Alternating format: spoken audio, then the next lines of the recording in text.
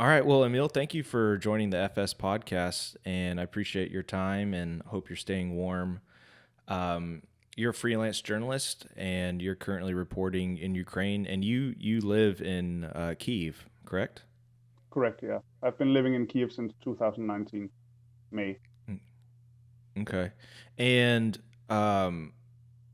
where were you living before? Are you from Ukraine, or what part of Europe are you from? I'm Danish, and I lived Okay. in Denmark before that. But I had a really boring job. I was writing about construction and forestry machinery, which Really? is, I mean, not why I joined journalism school to begin with, to say the least. And my friend got back from studying abroad. He was finishing his master's in Swansea, and he asked me if I wanted to go to Ukraine, and I was like, yeah, I have nothing better to do, and what I'm doing now isn't going anywhere. So I just said yes, and we moved to Ukraine, probably 3 months later. Oh, Have been there ever since.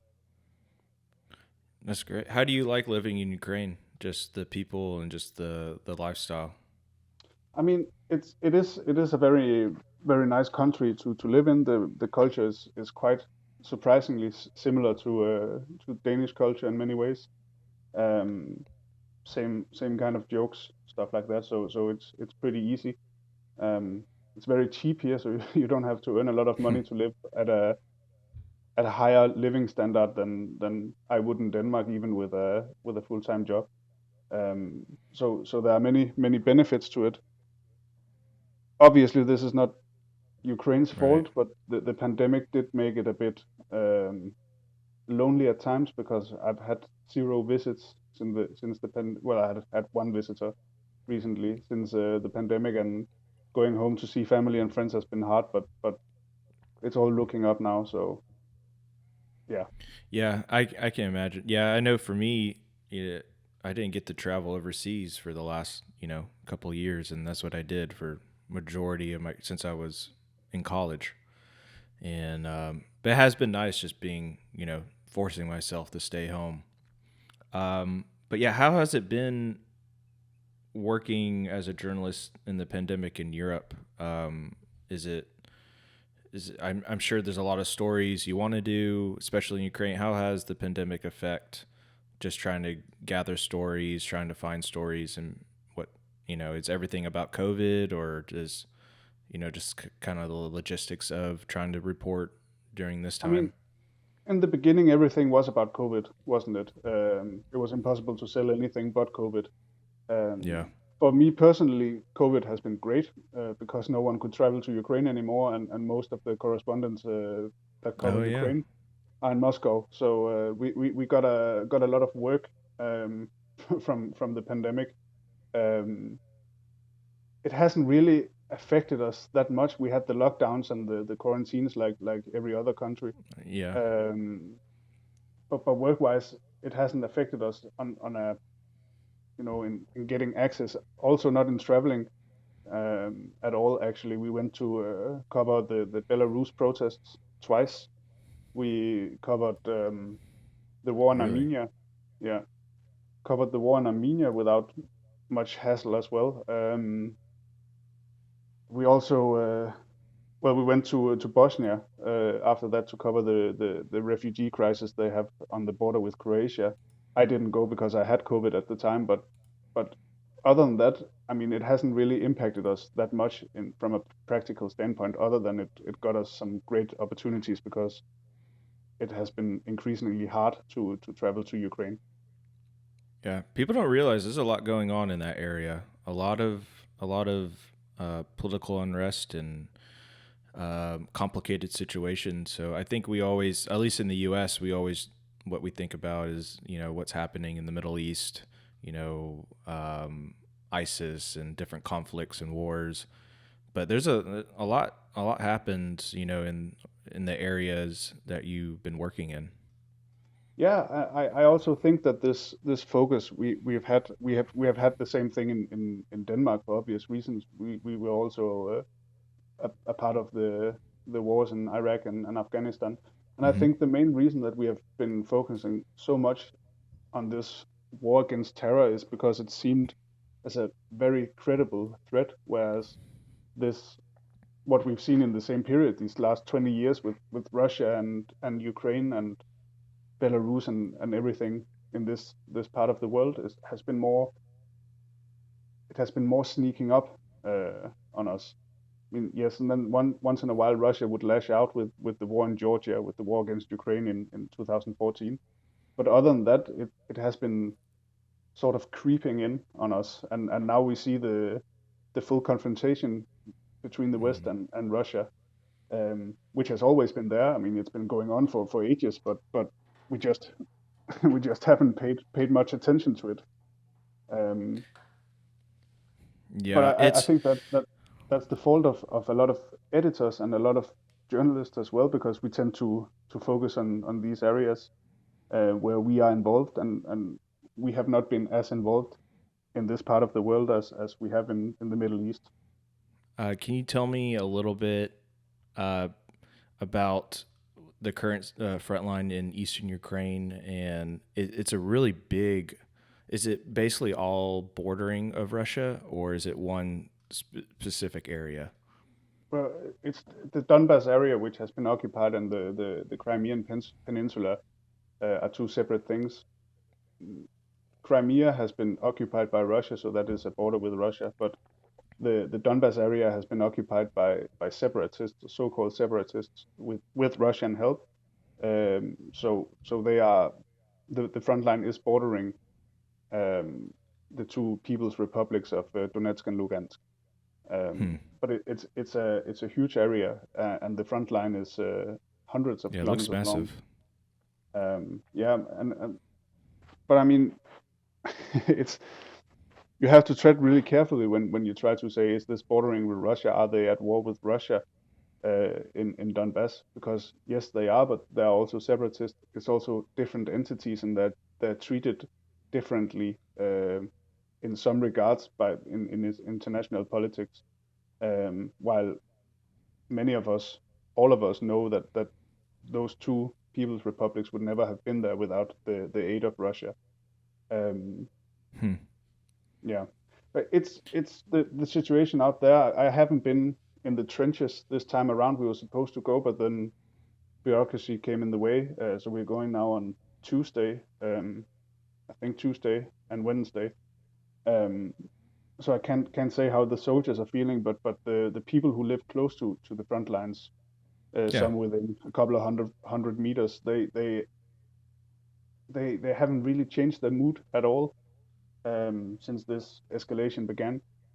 They're still mostly concerned with the economic situation out there, which is horrible. It's Yeah, probably people want one to of feed the their families. They want to work and they want to just live life. Yeah. yeah. I mean, those are their main concerns, and with good reason, because many of them are dependent on coal mines that are no longer profitable, because half the coal mines are in the occupied areas, and they are flooded. And when they flood, then the water spills over into the Ukrainian mines. So Hmm. the coal mines are not really viable anymore. Kiev wants to shut them down.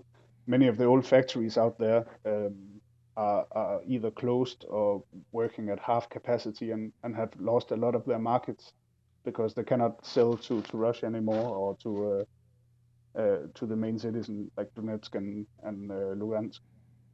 So the situation is really bad out there economically. No one wants to invest in an area that, for good reason, when you look at it now, looks like it's bound to be run over by Russian tanks any minute.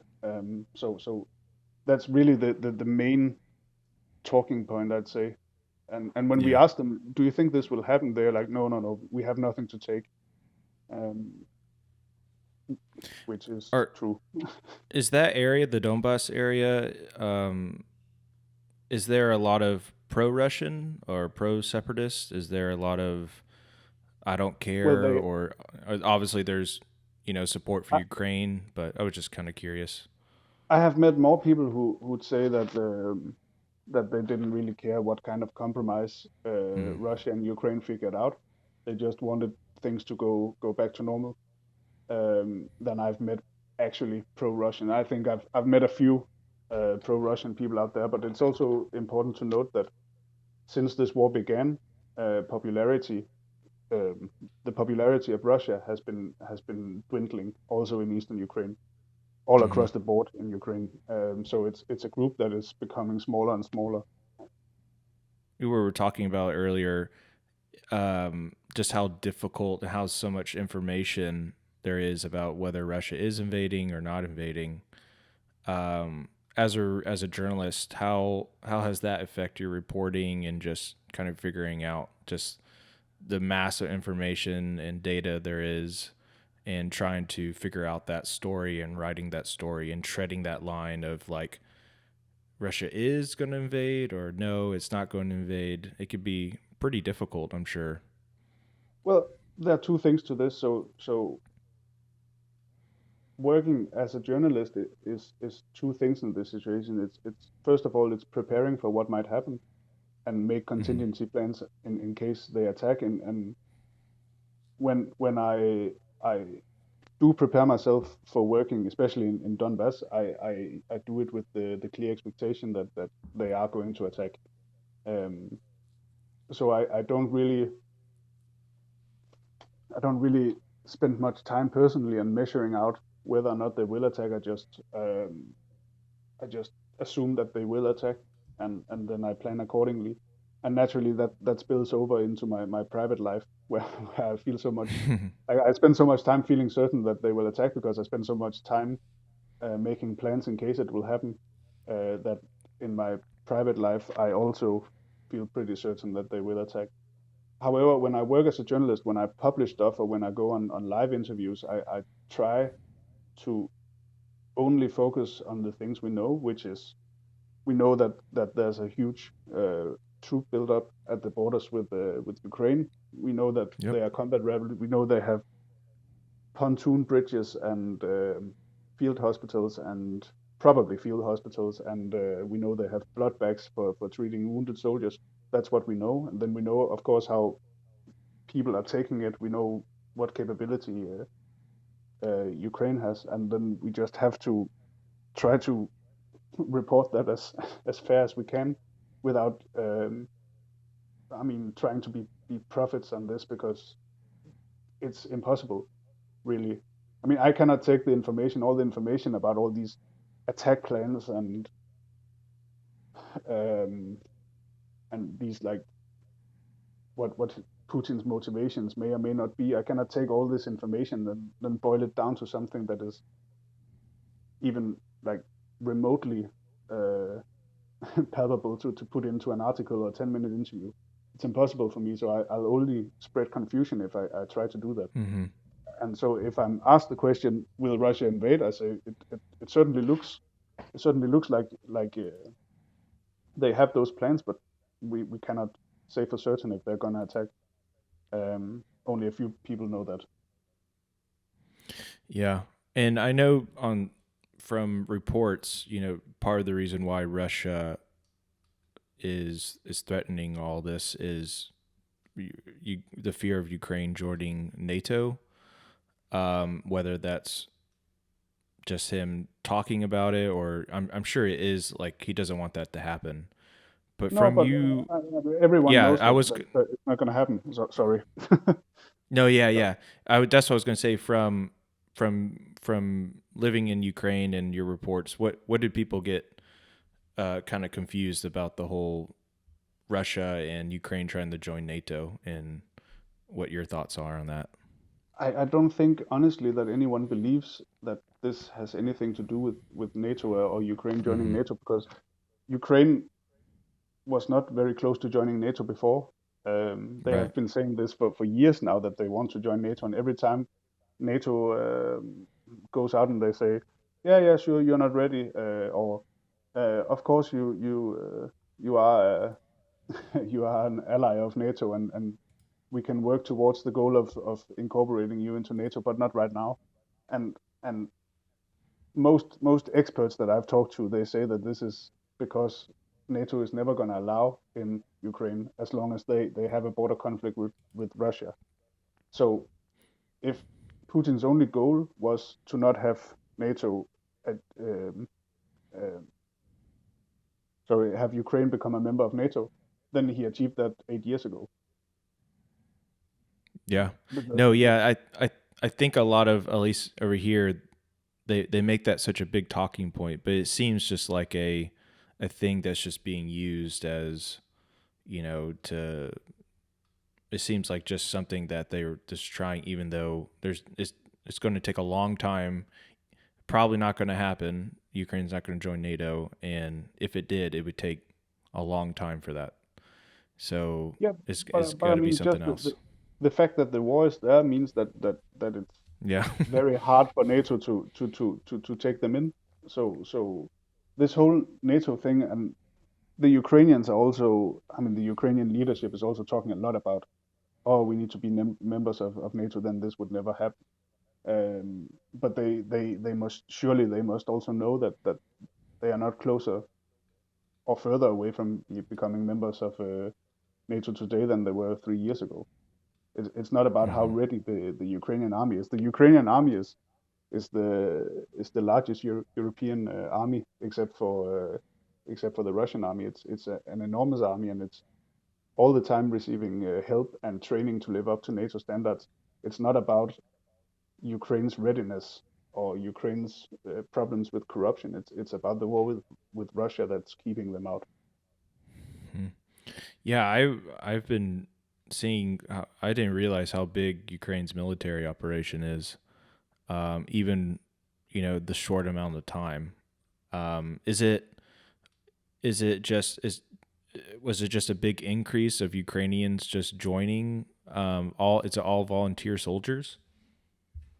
At least a lot of them are. I'm not sure how what the proportions are of conscripts and professional army, um, but I think But they I don't have a can. draft symptom. They don't have a draft or anything like that. No, It's I don't. mostly. I came in 2019. I don't know how it was before. So I think it's a lot of people just joining out of their own free will. I must admit Hmm. I'm not 100% sure about this, but I've never met anyone who didn't say they joined to defend their country. Hmm. They all have these. Um, they all say the same thing. To join to defend my country and my family. Hmm. Um, but yeah, the Ukrainian army is huge. Um, it's an enormous army, and so many people in Ukraine are either enrolled in the army or are veterans. Um, it's a highly militarized country as well. They have tons of weapon and combat ready people, tons of people with military training who are not currently in the army. Um, so yeah, Yeah, I saw some photos that it was like civilians training with like prop guns, and yeah. I wasn't too sure if that was just like if is there really civilians really training, or if it's hey, let's train and take some photos and write some articles on it. But is No, a lot no, of there are really civilians training for this. There are civilians being trained in all sorts of things. One thing is like urban combat. Another thing is mm-hmm. that a lot of people are being trained in how to react if it happens, how to help set up evacuations and evacuate people and do first aid and stuff like that. Have a plan. Yeah, Yeah. So a that's lot of people crazy. are taking different kinds of training. I'm not sure about the numbers. I don't think the numbers are public, but a lot of people are taking real combat training or real emergency I don't know, response training. I saw that there was an article um, for Euronews is how the war is making water a scarce resource in eastern Ukraine. Yeah. Um, what so can you go into that report and that article? I can, yes. It's so the because it used to be one country, Mm-hmm. Ukraine, with Donbass included, they didn't build the water system for this. So the problem is that they have pipes going crisscrossing along Mm-hmm. the entire front line, um, and because it's along the front line or very close to the front line, when these shellings they accidentally hit the water lines, it's really hard to go there and repair them. And it's hard to improve the system, which badly needs war or no war, badly needs to be updated. Most of it has been built in the 50s, and not a single pipe has been changed since then. So because of Hmm. the war and because they have filter stations on one side and pumping stations on the other side of the front line, they cannot shut off the water, because if they cannot shut off the water for either side, because they would shut it off for themselves. So they have to try to figure out how to to maintain a water system that is, I mean, basically following the front line for a long stretch. Um, and this is just virtually impossible to do in an effective manner, which means that Oh, many right. cities are often without water. It happens frequently. We just came home from a city called New York in eastern Ukraine, which had been without water for 2 days, and I think the main city had been Toretsk, which is close by, had been without water for 2 weeks. Hmm. So it happens. It happens all the time. Yeah, that's crazy. Yeah, if a pipe breaks in between the front lines, I wonder how that's fixed. Well, what they do is if a pipe if a pipe bursts in say between two front lines, Hmm. they have to get OSCE to organize like a Oh, ceasefire on that part of the like an actual ceasefire, not the one they have now. Um, so they have to make these arrangements across the border and make sure that no one shoots. And there's a lot of, you know, are they negotiations. spies? Are they trying to set up something for later and stuff like that? There's not a lot of trust between the two sides, which just makes it extremely difficult. And also the water company doesn't have any money at all, so the Right. whole thing is kind of stuck where it is now, with what would be normal water repairs is being extremely difficult to carry out because of the war and the company not having money to do it. I was wondering, is there any trading or crossing between like Crimea and Ukraine? Like family members on either side are able to cross? Like, is there a checkpoint or anything like that, or no one crosses back and forth? Just To for like, Crimea, I mean, I know just in curious. Donbass has been pretty much close to the Ukrainian side since COVID, because of COVID, they said. Mm-hmm. But it's still possible to go in through Russia, and it's the same thing with you can easily cross into Russia and then go to Crimea that way. Yeah, It's a I only bit say bit that because, like, example, like in like Israel and Gaza, like there's trucks and routes and checkpoints that goes in and out, and they'll have their conflict every once in a while, but they'll still have, there's family members and friends. There are, those border towns in Israel that have friends in Gaza, and business as usual. They'll do trading back and forth. no, Um, business is not so I was just as curious. usual. Uh, Mm-hmm. I haven't been checking up on these checkpoints for a long time. So I can't say for certain, but I know for a fact that it's hard to cross these, and there's no trade going in. I mean, there's not a lot of workers crossing the border every morning Mm-hmm. to go for work in Donetsk. Um, and Well, yeah, yeah, it's pretty closed off. especially now. But it's, Um, I would assume so, yeah. But I haven't actually checked up on the. Maybe I should do that. yeah, Checked up I was on the. curious if they had yeah, like civilians, if they have family on the other side and Oh, haven't seen there are them. a lot of a lot of families have been split. Talked to a bunch of people who hasn't seen their families for five, Oh, six I bet. years. Yeah, I was It's a curious very how they common would thing. see them. They would have to like fly to Russia, I guess, and then work their way through Yeah, that, but then or you get in trouble with travel. the Ukrainian civil, sorry, Why were you intelligence. there? Mm-hmm. Yeah, Yeah. Not yeah. Uh and I know if things happen, I mean, it's dead of winter, so and Russia could obviously shut the water off. They could cut the power. They can make it very I mean, if something happened, it would get ugly instantly.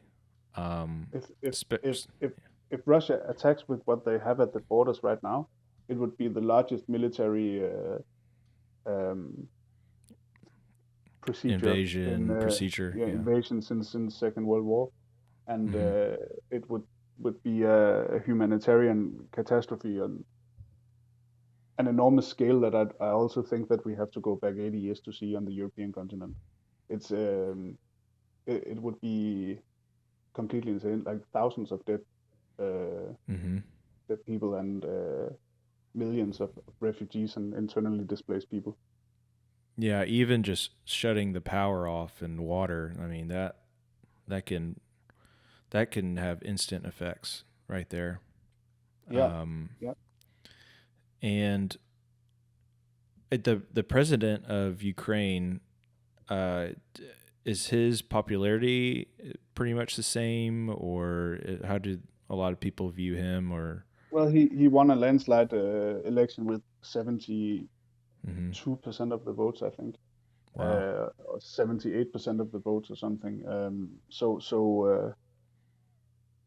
he seems pretty he has calm. naturally he has seen a large decline in popularity over the past 3 years. Well, yeah, he seems pretty calm, but also what would you do if you were the president of Ukraine? I don't think that you should take that at face value. I mean, Oh if yeah. he said, "Oh yeah, I'm pretty sure that Russia will attack tomorrow," then people would run at banks and the currency would collapse. And I mean, panic is not what Ukraine needs right now. So I think while he might appear calm, he could be calm. He could think that nothing will come of this, but it doesn't necessarily mean that he is calm, if you know what I mean. Yeah, and I'm sure dealing between U.S. and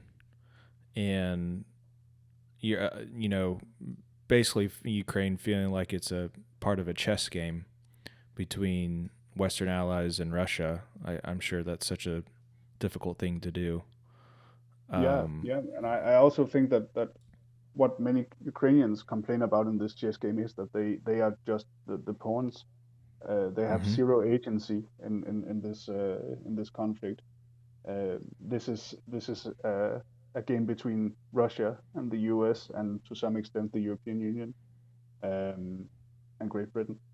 Um, and Ukraine doesn't have much of a say. It's at mm-hmm. least how it's perceived here. Yeah, it Um, seems even to here, it seems like even here, it's kind of portrayed U.S. versus Russia, and Ukraine is just kind of like, yeah, they're right here, but let the big boys, handle this. yeah, Um, yeah. The grown-ups are talking. Shush now. yeah, which is kind of crazy. It is Have insane. have you seen very much U.S. military like in Dobos area, or I'm sure there you is mostly security visors, special forces, intel. So it would be hard to Yeah, figure out who they I are. haven't seen the Americans. I've seen some other instructors here and there uh, Mm-hmm. from different from different countries, and I've seen them at parades. But the military presence that the West has in Ukraine is not a combat uh, Mm-hmm. related thing. It's strictly capacity building. At least the vast majority is. I don't think that they have anyone who will pick up guns if Russia comes tomorrow. Is there a lot of journalists in Ukraine right now, or is it still like a lot of foreign journalists coming in to report? Yeah, I think it has been picking up, but since nothing has happened for the last 3 or 4 weeks, then I think interest is somewhat dwindling again, and people are starting to head home. Um, I don't know about the freelancers. I think the freelancers, they stick around for longer Sticking out. than Usually the what people who are. happens. Yeah.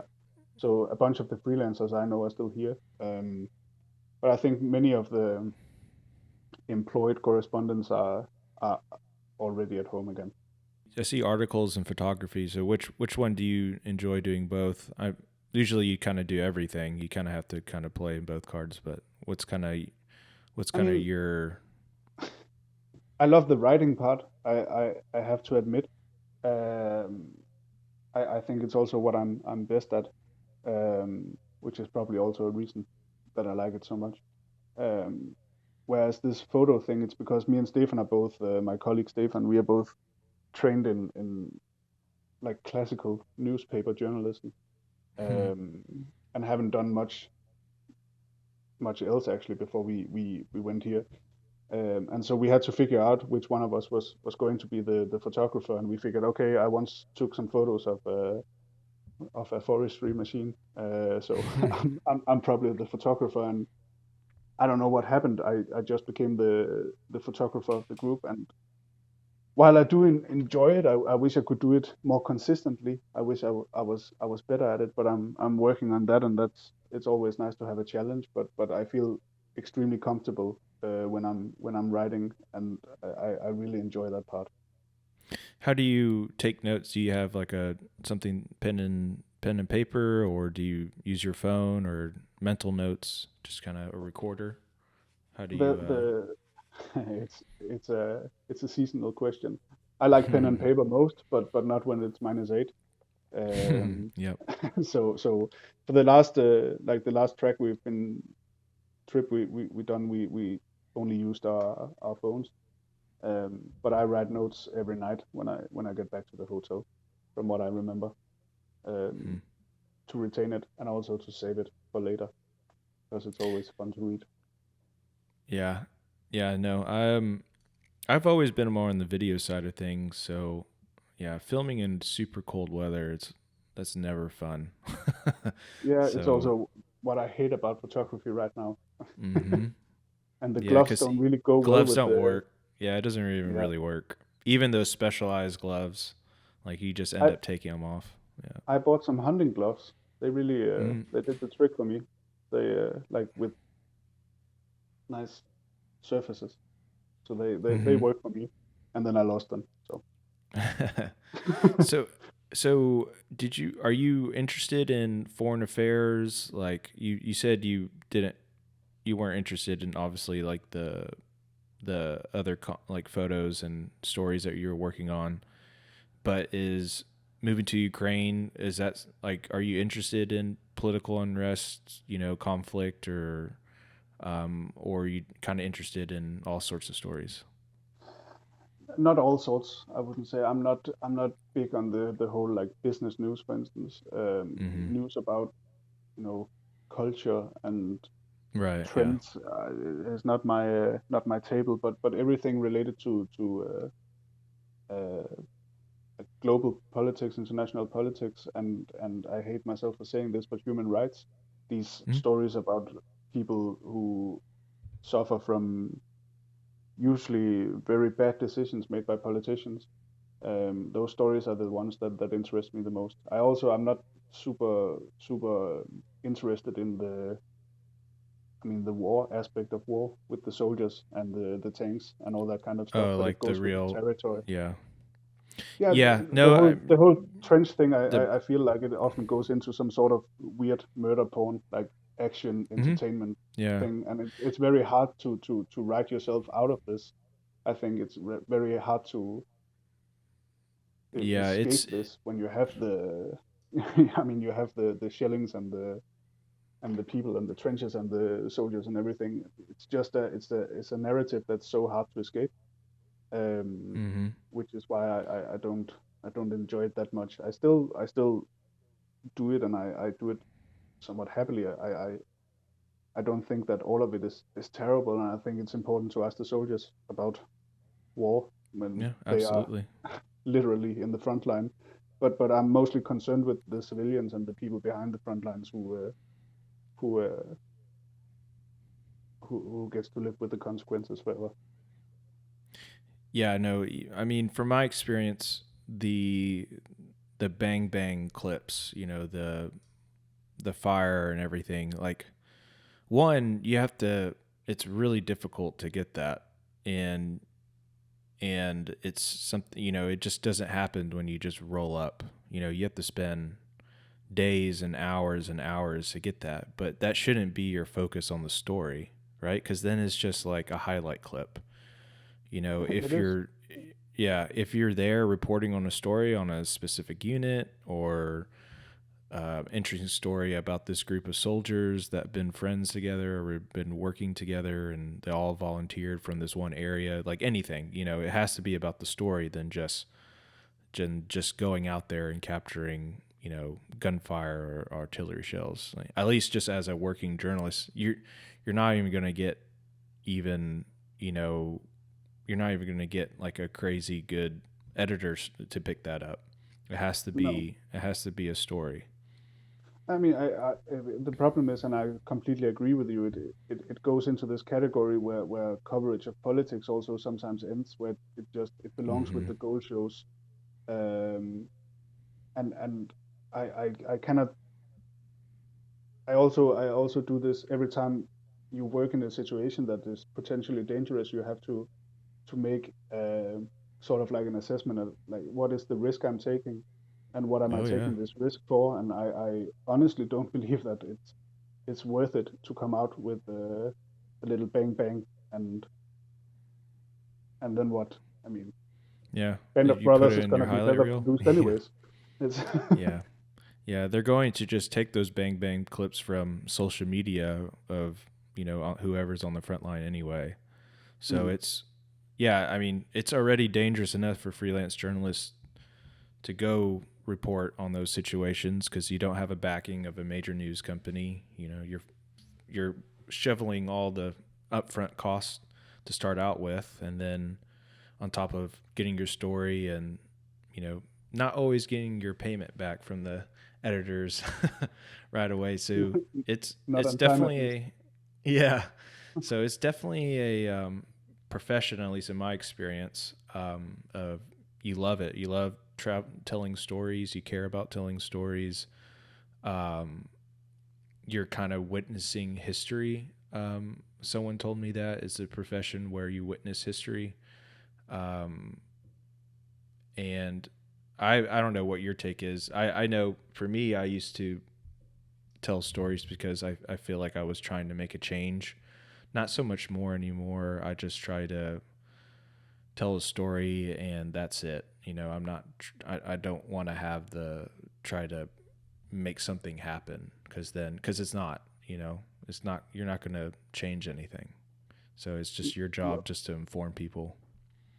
Yeah, I That's mean, what I struggled with when I was younger. It's like I have to do this to make change. yeah, I get that. I used to be an intern at a newspaper in Egypt in 2014, I think. Hmm. Oh So wow. right after Sisi came to Yeah, power, yeah. and at the time I wanted the democracy to turn out well so bad because I really liked the people and the people around me, and I got so depressed from that. I mean, it Oh just yeah. wore me down, and it wore me down in like 6 months or something. I just I hated it. I absolutely hated that I couldn't do anything about it.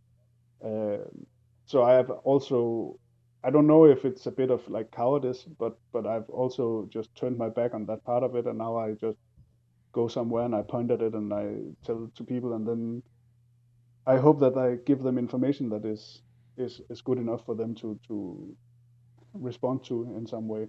Um, at least they know, so they cannot say that they didn't know, which is the most important part of journalism.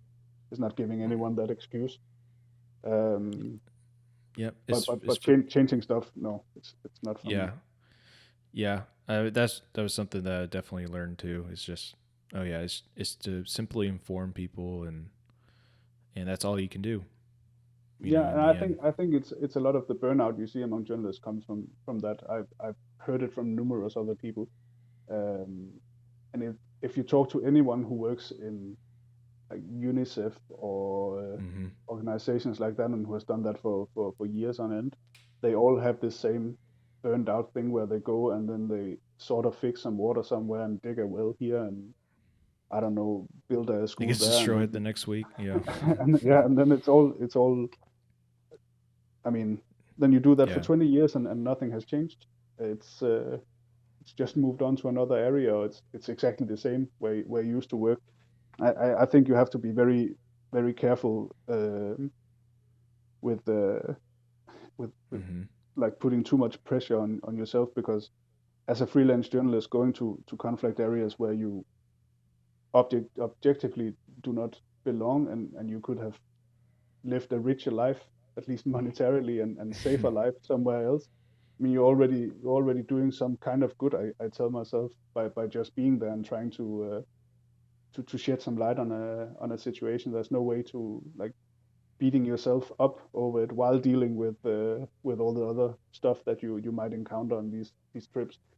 It's just gonna tear you apart, and I mean that's not beneficial to anyone. Yeah. No, 100%. Yeah, I completely agree. Yeah, and when you do it long enough, like for me, it catches up with you. So you have to mentally prepare, mentally do something about it. If you don't do anything, it catches up with even the best, some of the even best journalists who I know and super wise and do everything. I've seen them, get caught up in different things. So it could be on top of the stress of just the logistical stuff of trying to, make payment and getting that story, and then you're on top of that, just reporting on sad stories, talking to people, and um, that can really catch up with people.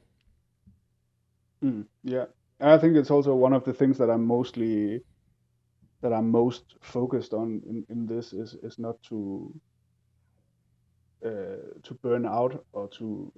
I mean, I spend a lot of uh, energy trying to make sure that I'm not trying to suppress something that's because it will bite me eventually. I mean, I might as well Mm-hmm. just take the hit now than have it come in tenfold later. Mm-hmm. Um, I think that's extremely important, but they don't teach you that at school, do they? No way. No, you learn it on your own. So, Yeah, which is, um, by the way, I found out is everything in freelance journalism is something it's you have all to on learn your own. before. Yeah. Yeah, I know how to exactly. write an article. What about the rest? It's Mm-hmm. Or even have to like get in contact with the editor, invoice, like all the logistical stuff. You do learn a lot. It's great. You learn a lot yeah, of yeah. skill sets. You learn a lot of things. A lot of other Yeah. great people doing freelance work who are always ready to help, which is very enjoyable. I mean, if there are any people who are listening to this or watching this who wants to start out in freelance journalism or conflict journalism, I'd say the best tip in the world is probably just to call people who know how to do this because Mm-hmm. more than not they're ready to help and they have Yep. very valuable, very hard earned information that they are usually willing to share. I Yeah. mean, No, no that's reason been no reason to learn everything yourself. yeah, that's been my case too. I've had great people, mentors who are seasoned conflict journalists who are willing to share not just their advice and info, but local fixers and contacts. Now like you can find so many different fixers and contacts that have Facebook groups. Like they have a Facebook group of Iraq and Syria local fixers that you can find amazing people to work with. But I still try to always find a seasonal, conflict journalist who's especially worked in specific areas, who their recommendations are, um, and um, it's always key. Yeah, it's. I was actually wondering, for you on your next stories coming up. Are you mostly focusing on the Donbass area? Is that's kind of where a lot of your editors are trying to put you in focus on? Is that where most of the, I guess, interesting stories that you want to focus on versus, stories in Kiev? I think I mean I've done a bucket of stories from Donbass right now, and now I'm going back on Monday. or Tuesday, I cannot remember, um, to the exact same area where I just came from. We still need to talk to the soldiers at the front line, but then after that, I think we are heading to the most southern part of Donbass, and do a few stories from one of the cities that in all scenarios are going to be attacked if Russia attacks. Oh, Um, really? yeah, and it's like lodged in awkwardly in the southeastern corner. It's called Mariupol, Hmm. um, and it's after that I think we have to step back for a while and probably do some more stories about Ukrainian readiness and preparations in Kiev. Maybe go to the Belarus border. Maybe go to the border with Crimea. Uh, but yeah, I think what the news coverage needs now is obviously more human stories, but we already sold those to our all our customers. Yeah. I mean, So Ukraine is so. I don't think people realize how big Ukraine is. I mean, that there's so many areas. If something were to happen, it would be crazy. There's no way you can just bounce back and forth. You kind of have to like. I'm assuming focus on one areas and then plan for another area. But that's the scary part. Is just Russia. If they decide to, they can hit you from so many different sides. yeah, they I mean only the westernmost border is right now not encircled by Russian soldiers. They Mm-hmm. have soldiers in um, Transnistria, which is the weird breakaway republic in Moldova. They have soldiers in Crimea. They have a fleet lying around in the Black Sea. They have soldiers from the southern sector. They have soldiers in Donbass. They have soldiers all the way the actual eastern border, and then all the way um, through Belarus as well. So when you look at a map of Ukraine, Mm-hmm. and you take Ukraine as a country like this, it's only like this border is safe, which is insane. Um, and it's like the prospects of this are really scary, as I mentioned before as well. The whole idea that they might attack on a scale that has been presented um, is impossible to really like grasp the size of this attack if Yeah. it were to happen, because there You are just as mentioned many soldiers standing on the other side of the border as well. You'd have 500,000 soldiers mm-hmm. fighting each other. There's an area where I guess it's marshes, and they're one of the things that some people think if Russia were to invade, they're waiting for the ground to be frozen for the tanks. I'm assuming the ground is frozen at this point, or does it have to get colder, See, or this is does it have also one of the things that has been said trying to very figure often. out? Mm-hmm. I mean, weather is always going to be a part of these considerations. I'm not a military expert, I should say, but weather is of course always a consideration for this. And then the problem begins with you have a lot of people saying that the ground needs to reach, I don't know, -2 degrees 1 meter down, or he cannot invade. And then some other people are like, no, no, no, he has much lighter tanks than we do in the West, Yeah, so exactly. That's what I was thinking. he wouldn't care. Yeah, I would think tanks have gotten a little bit farther advanced since World War II. I'm sure One they should could. think that, yeah. But I mean, Yeah. this is again the problem. Like, is he going to attack? I don't know. Can he attack, Mm-hmm. or do they have plans to attack in in case of plus degrees? I don't know. Um, we we can't really know these things. We can guess about them, but knowing it will be again. Uh, it's not Mm-hmm. our not at our table. It's in the Kremlin that they know this kind of stuff. What kind of capability do they actually have to attack in, say, March? I have no clue. When you have tension between two countries, especially like this, usually something happens. It can only be so civil for so long. So I'm hoping something good, but it's going to take much longer time. So we'll.